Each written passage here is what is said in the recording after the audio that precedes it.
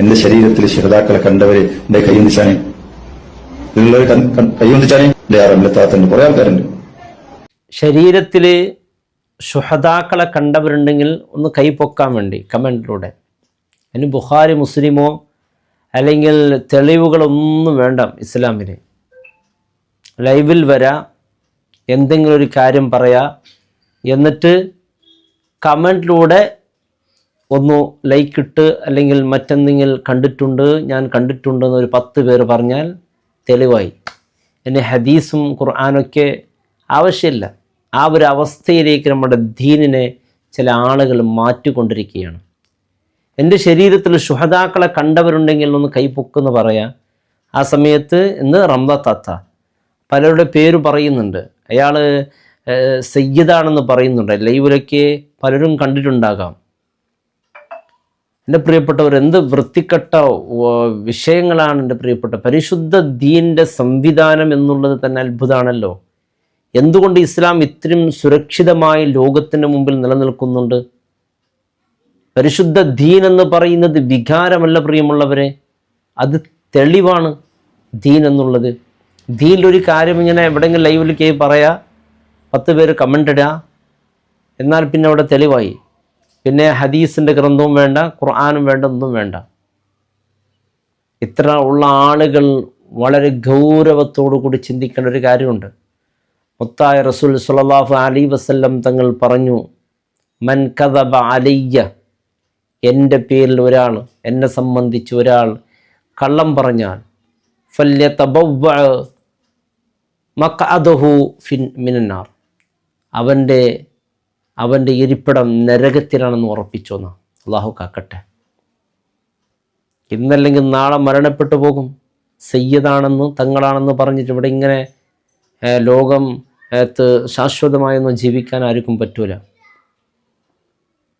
സയ്യിദാണോ ഇല്ലേ എന്ന വിഷയത്തിൽ നാം ഒന്നും ചർച്ച ചെയ്യാൻ വരുന്നില്ല. പക്ഷെ ദീനാണിത്.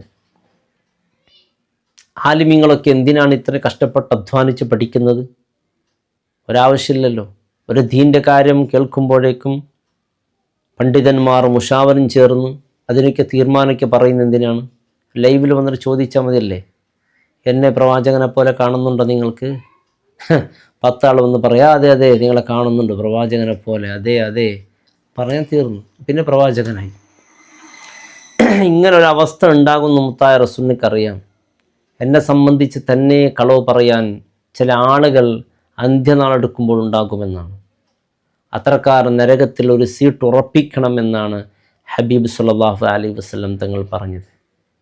ഈ പറയുന്ന ആൾ ഏതായാലും പറഞ്ഞു. ഇനി റംലത്താത്ത പിന്നെ പല താത്തന്മാരുടെ പേര് പറയുന്നുണ്ട്. ആ താത്തന്മാർ വന്നിട്ട് പറയാതെ അതെ കണ്ടിട്ടുണ്ട്, ആ കാണുന്നുണ്ട് ശുഹദാക്കളെ. ആരാണ് ഈ ശുഹദാക്കളെന്ന് പറഞ്ഞാൽ? ആരാണ് പ്രിയമുള്ളവരെ? എന്താ ഒരു തോന്നിവാസമായി പോയല്ലോ നമ്മുടെ ദീൻ.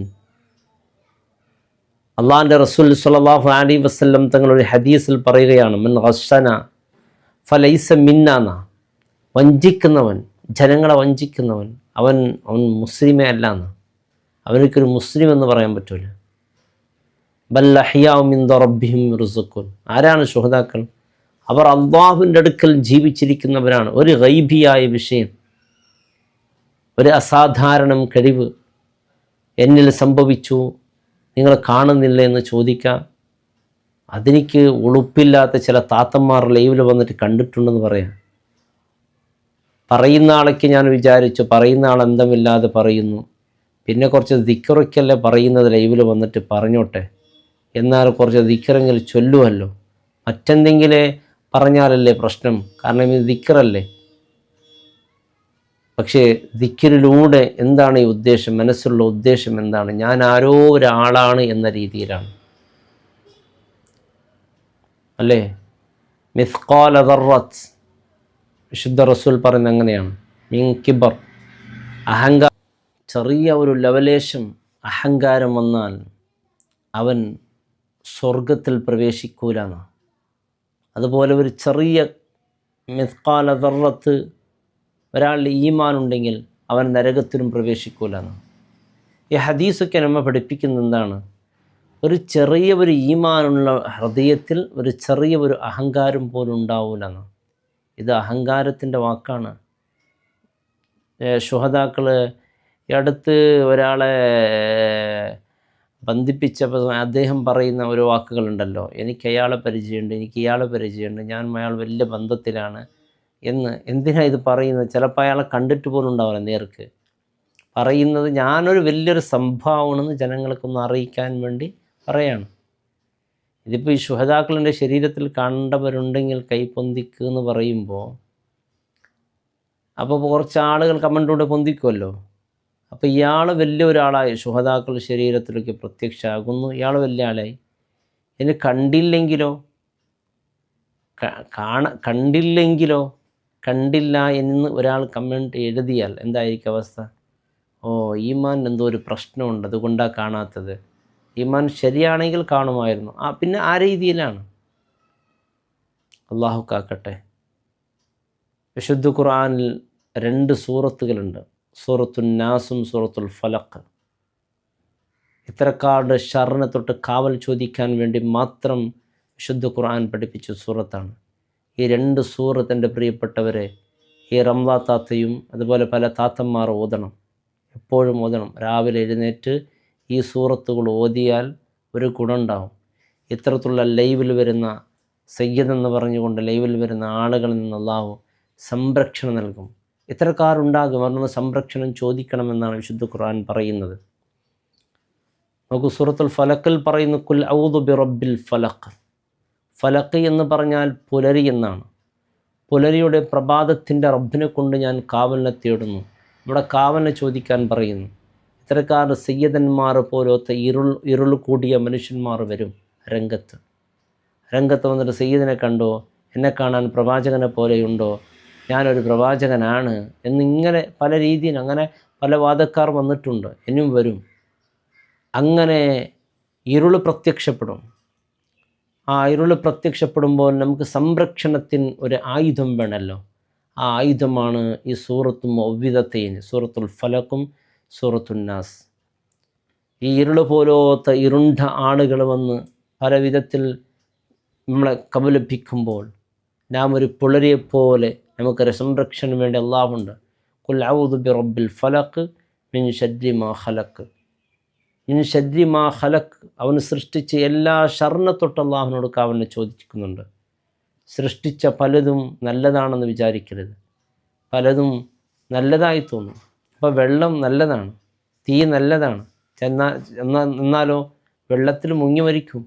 അതുപോലെ തീയും കത്തി പടർന്നാൽ കത്തിപ്പോകും.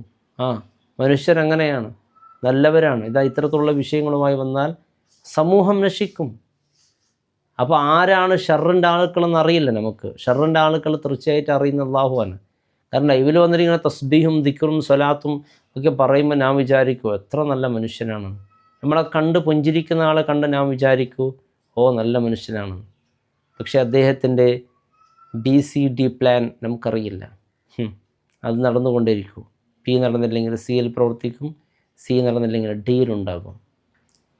പുഞ്ചിരിക്കുമ്പോൾ നമുക്ക് കരുതും ഓ എന്താ മനുഷ്യൻ, എത്ര നല്ല മനുഷ്യനാണ്, എത്ര നല്ല കൂട്ടുകെട്ടാണ്. ഇത്തരത്തിലുള്ള ഷർറായ സൃഷ്ടിപ്പുകളുണ്ടാകും. ആ ഷർറായി സൃഷ്ടിപ്പിക്കുന്ന സംരക്ഷണം ആവശ്യമാണ്. അതിനുവേണ്ടി 2 സൂറത്തുകൾ നാം ഓതണം. അള്ളാഹു പടച്ച എല്ലാ ഷർറുകളും നോക്കൂ. ചൂരൽ മഴയിൽ അല്ലേ രാത്രി കിടന്നുറങ്ങിയവർ സുബഹിക്ക് എഴുന്നേൽക്കുമ്പോൾ വയനാടിൽ ഒരു നാട് തന്നെ അവിടെ ഇല്ലാതെയായി. അതുകൊണ്ട് അള്ളാഹുവിൻ്റെ റസൂൽ പറഞ്ഞത് കിടന്നുറങ്ങുമ്പോൾ ഈ സൂറത്തുൽ ഫലക്കും നാസും ഓതി ഉറങ്ങണമെന്നാണ്. കാരണം രാത്രി വരുന്ന അല്ലെ അതിനുശേഷം അങ്ങനെ പറഞ്ഞു, ഖുൽ അഊദു ബി റബ്ബിൽ ഫലഖ് മിൻ ശർരി മാ ഖലഖ് വമിൻ ശർരി ഗാസിഖിൻ ഇദാ വഖബ. ഇരുളിൻ്റെ ഷർറ്, മനഫാസാത്തി ഫിൽ ഉഖദ്, കെട്ടിലൂതുന്നവരുടെ ഷർറ്. അങ്ങനെ ഖുൽ അഊദു ബി റബ്ബിൽ ഫലഖ് മിൻ ശർരി മാ ഖലഖ് വമിൻ ശർരി ഗാസിഖിൻ ഇദാ വഖബ മിൻ ശർരി നഫാസാത്തി ഫിൽ ഉഖദ് മിൻ ശർരി ഹാസിദിൻ ഇദാ ഹസദ്. ഈ 4 ഷർറിനെ തൊട്ട് കാവൽ ചോദിക്കാൻ പറഞ്ഞിട്ടുണ്ട്. മനുഷ്യർ നാസ് എപ്പോഴും മാറിക്കൊണ്ടിരിക്കും. ഒരിക്കൽ നല്ല ഇഖ്ലാസായിരിക്കാം, നമുക്ക് വിശ്വസിക്കും ഓ നല്ല മനുഷ്യനാണ്, പിന്നതിങ്ങനെ എന്തെങ്കിലും വന്ന് പറയും. അള്ളാഹു റബ്ബ് സുബ്ഹാനഹു വ തആല കാത്തുരക്ഷിക്കട്ടെ. ഇത്തരത്തിലുള്ള ഷർറ് കൊണ്ട് എന്താ സംഭവിക്കുന്നറിയോ? ഈ റംലാ താത്തയെ പോലത്തെ പലരും ഇവരുടെ ലൈവിൽ കുടുങ്ങിപ്പോയി. ഇവർ തന്നെയാണ് ദീൻ, ഇവർ തന്നെയാണ് അള്ളാഹ്, ഇവർ തന്നെയാണ് നബി, ഇവർ പറഞ്ഞാൽ തീർന്നു എന്ന രീതിയിലേക്കെത്തും. അള്ളാഹു റബ്ബ് സുബ്ഹാനഹു വ തആല ഇത്തരത്തിലുള്ള ഷർറിനെ തൊട്ട് നമ്മെ നമ്മുടെ കുടുംബങ്ങളെല്ലാം അള്ളാഹു കാത്തുരക്ഷിക്കട്ടെ. അസ്സലാമു അലൈക്കും വറഹ്മത്തുള്ളാഹി വബറകാതുഹു.